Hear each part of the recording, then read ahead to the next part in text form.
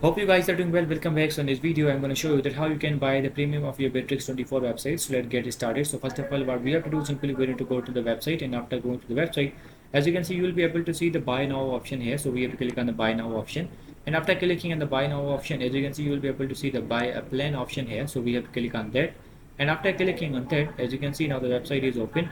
Now you will be able to see the packages along with their features. As you can see, now this package is for the $61, and after in this package you will get these all things like 24 GB 5 users, and these all things are provided here. And this package is 124 package. As you can see, now this is the features of this package are also provided here. Now these all packages are provided here, their prices is written, and what you will get in these packages, these all things are mentioned here. So if you want to buy these, you can also buy these from here. You have to click on the buy, and after that you have to provide the repayment details, and you will be able to use this. So I hope you guys understand this video, that how you can buy the premium of your Bitrix24 website.